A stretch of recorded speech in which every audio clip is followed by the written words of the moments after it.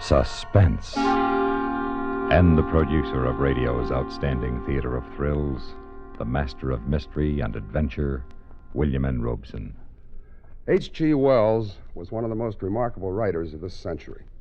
A storyteller whose tales are more than mere entertainment designed for a moment of escape. They linger on in memory, seducing one into that sometimes dangerous and risky practice of thinking. Such a story you're about to hear. A story with a shattering moral. A story we guarantee you will not soon forget. Listen then as Mr. Raymond Burr stars in The Country of the Blind by H.G. Wells, which begins in exactly 1 minute. Memo on medals. Information about our military awards and decorations. The United States does not have any orders or ranking in the decorations it awards to Americans, as do other nations. For example, the English Order of the Garter is divided into several classes, depending on the rank of the recipient and the value of his services. Only one medal was granted by Congress in commemoration of a naval victory during the Revolutionary War. This was awarded to John Paul Jones, commander of the Bonon Richard, for his victory over the British frigate Seraphis on September 23, 1779. George Washington established the first military decoration in 1782, called the Badge for Military Merit. From it have come the Legion of Merit, the Purple Heart, and the Medal for Merit. Today, as in the past, medals represent a nation's effort to pay tribute to its heroes for their loyalty and unselfish devotion to duty. And now, The Country of the Blind, starring Mr. Raymond Burr. A tale well calculated to keep you in suspense. Once I had made my way across the Cordillera, I had to find Senor Cartwright if he was still alive. For it was he who had seen me last. That terrible night more than a year ago when I slipped and fell from a ledge 18,000 feet up the face of Mount Paris-Cotepetl. It was a long and painful journey, but at last I arrived at the mine, high in the Andes above Quito, where Senor Cartwright was superintendent. I dragged my aching feet across the porch of his shack and tapped on the door. Come in. Senor Cartwright, is it you? Yes? What do you want? You do not know me, senor? I know. You look like a man I knew once, but he is dead? Dead on the slopes of Paris-Cotepetl? Nunez the guide? Why, no, it couldn't be. Nunez the guide, si, senor.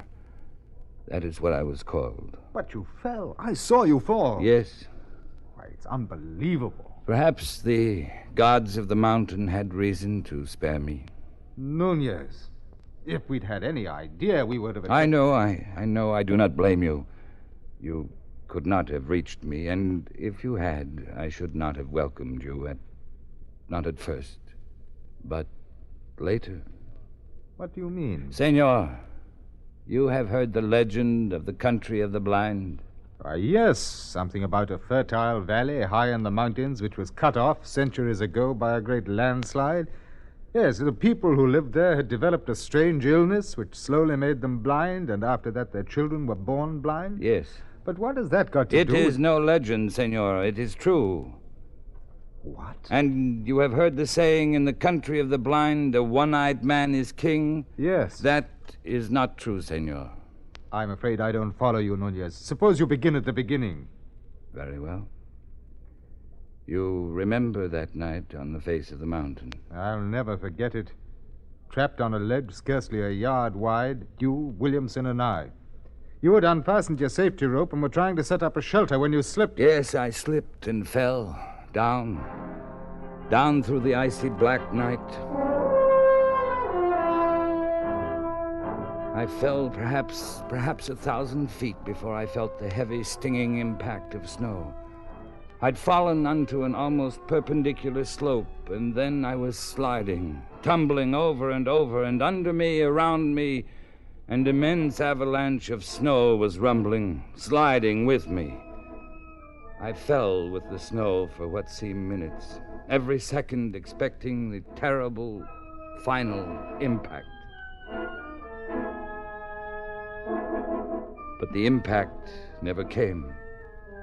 Slowly, the avalanche subsided, flowing out upon a gentler slope, and finally, mercifully, I lost consciousness.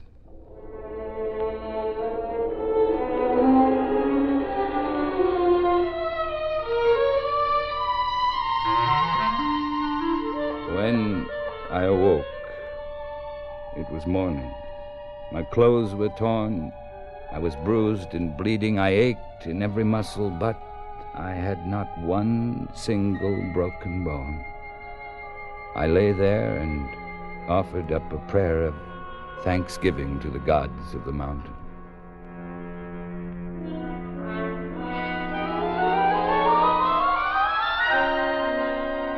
Far below me lay a lush valley, sparkling in the morning sunlight. I could see the stately trees and the green meadows fresh with dew. And then I saw them. People, men and women, working in the fields.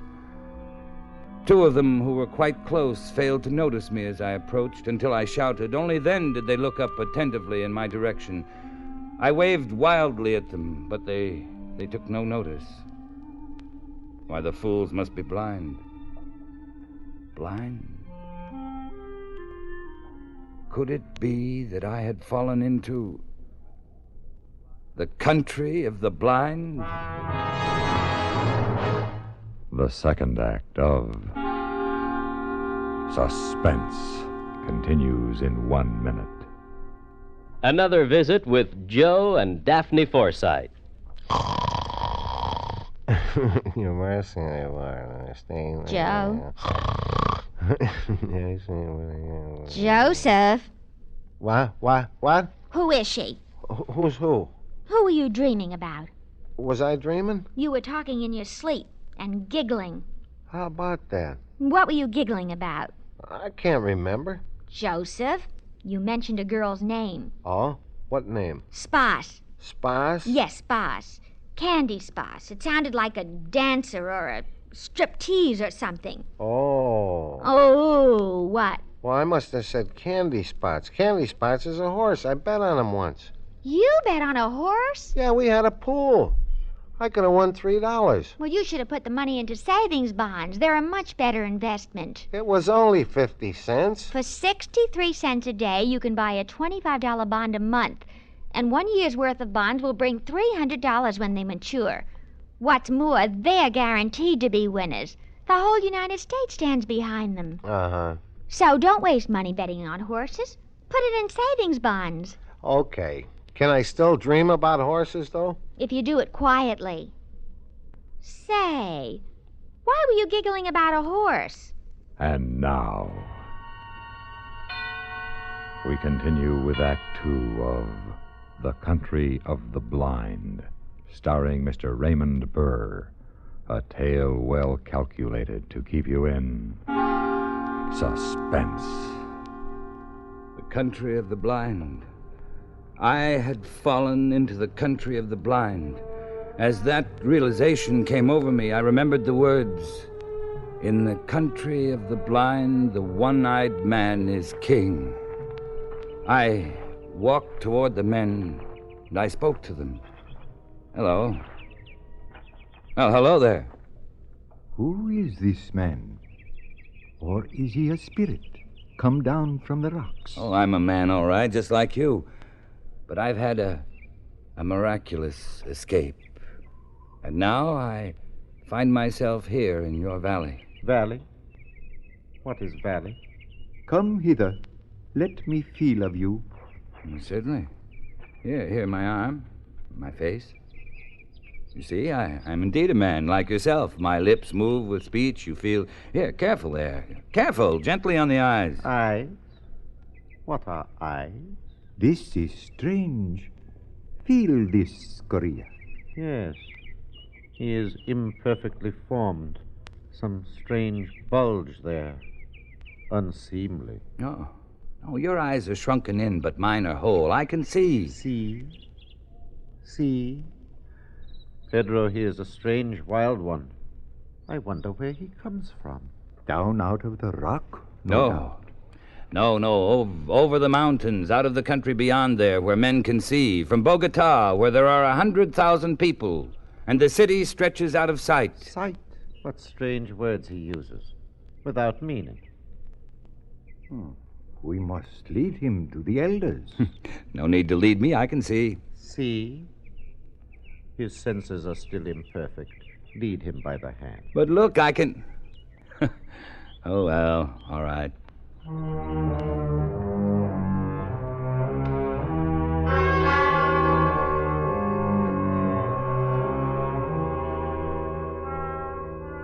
These people had been blind for centuries.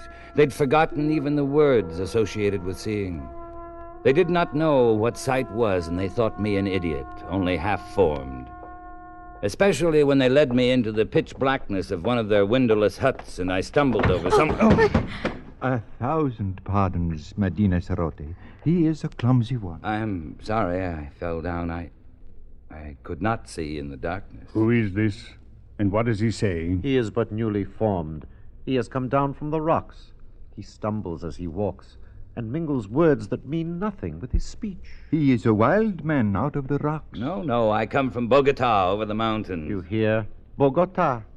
He uses wild words. That must be his name, Bogota. He stumbled twice as we came hither. He must be taught. No, you don't understand. I can see, but not in the dark. To you, darkness or light, it's all the same. But to me, to us who can see, to us outside in the world beyond the mountains... Mountains? What are mountains? Very well, then, beyond the rocks. There is nothing beyond the rocks. That is the end of the world. But surely you must realize the sky above covers more than this valley. Sky? Above? There is nothing above but the roof of rock. He is very raw, my children. He shall have to be taught from the beginning. Take him away. Feed him. It shall be done. But guide him. See that he does not stumble over my daughter again. I shall guide him myself, Father. And feed him. Very well. Come, take my hand. Yeah, thank you. It will be a pleasure to get outside again, out of this darkness. Come this way. What is your name? Medina Sarote. Mine is Juan Nunez. And sunlight. This is better. Now I may look at you. Senorita. You are beautiful. I have not the words to tell you what a wonderful thing you are to see.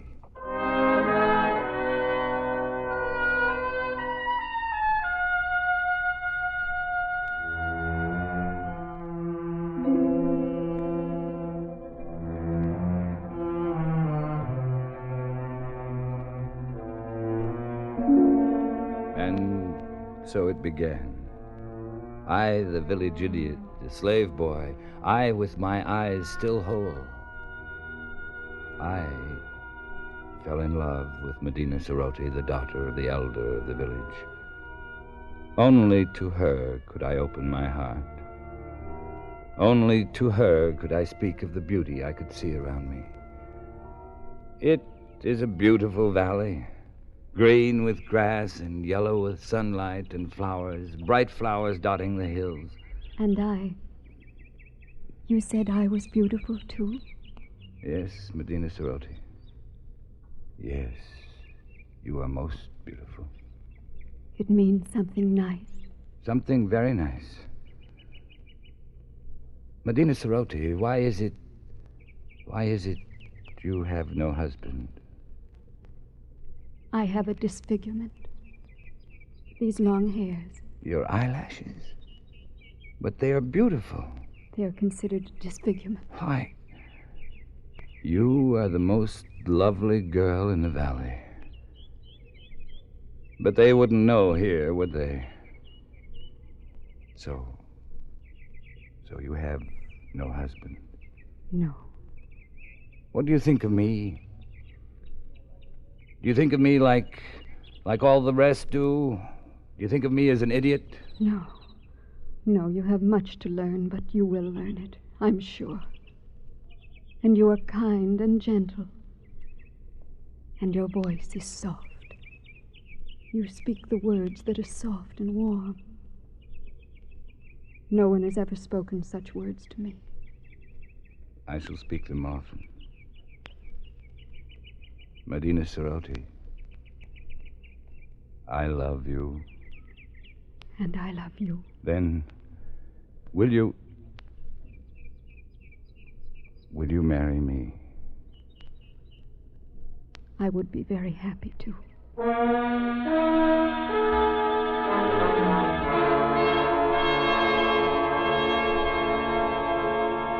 No, I will not have it. But, Father... He is an idiot. He has delusions. He cannot do anything right. But he is getting better. He's better than he was. And he is strong and kind, stronger and kinder than anyone in the world. And he loves me. And I love him. No, I will not have it. Great sire, if you please. Yes, what is it, good doctor? I have examined Bogota, and the case is clear to me. I think very probably he might be cured. And how might that be done? His brain is affected by something. I believe I know what it is. Those queer things he calls eyes. Where we have but an agreeable depression, he has great lumps. Consequently, his brain is in a constant state of irritation. But what can be done to cure him? It is a very simple surgical operation. Remove the cause of the irritation. We will merely cut out those things he calls eyes.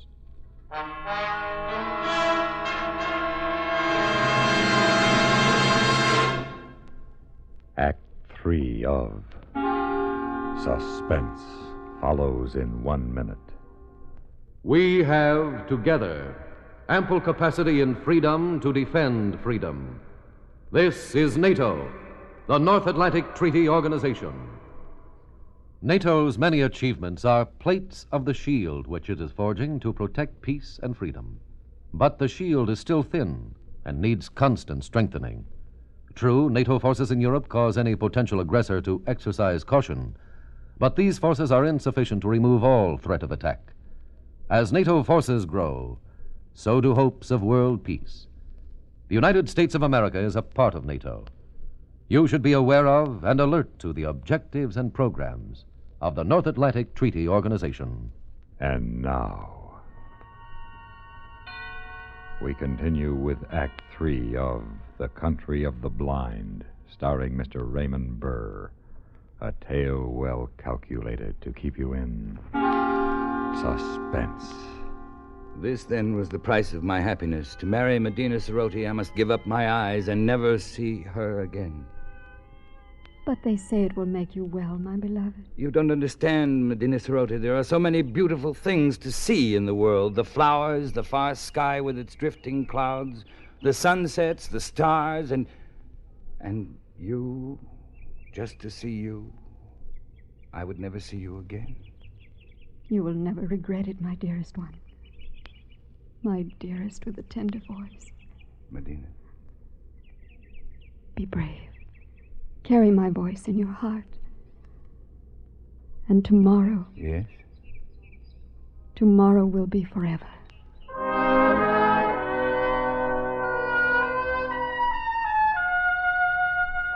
I only meant to go up on the rocks and look out over the valley, to spend my last day of sight, feasting my eyes on the wonderful, beautiful world of light and color. I drank it in, the green of the fields, the blue of the gently curving stream, the orange of the lichen and the rocky crevasses.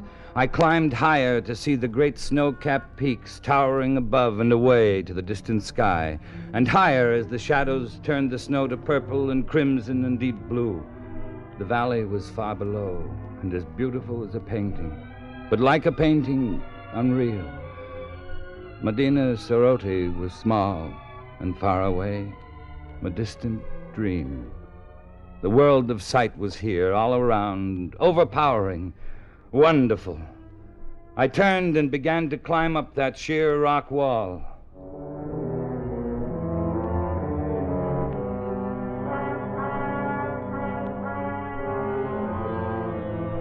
How many months it took me to make my way out over those mountains, over glaciers and snowfields and sheer precipices, I cannot guess. How I lived through the cold and the hunger of it, I cannot tell you. But I'm here at last, back from the country of the blind. Good heavens, man. What a terrible experience.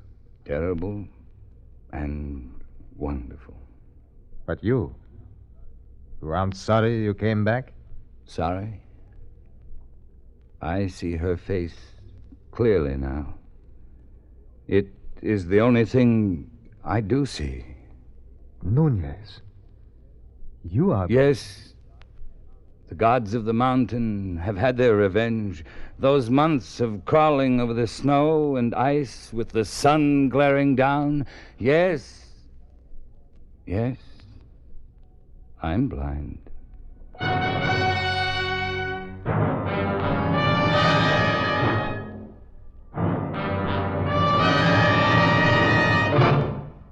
Suspense.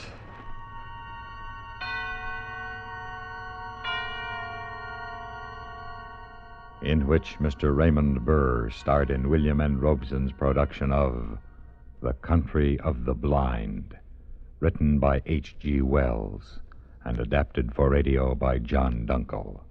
Supporting Mr. Burr in The Country of the Blind were Peggy Weber, Ben Wright, Ed Jerome, Edgar Barrier, and Jay Novello. Listen. Listen again next week when we return with another tale well calculated to keep you in suspense.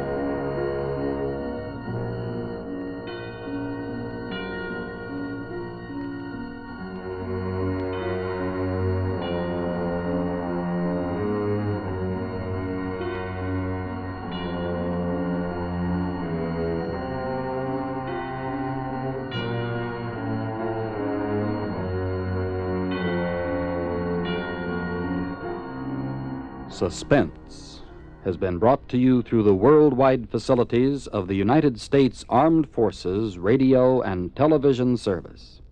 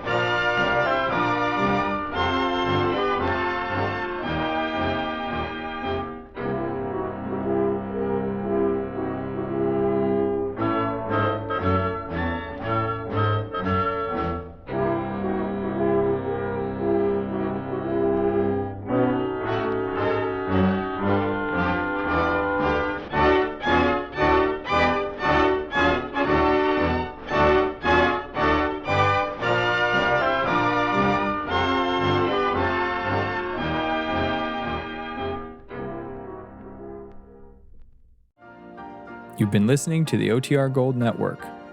Find more classic radio at otrgold.com.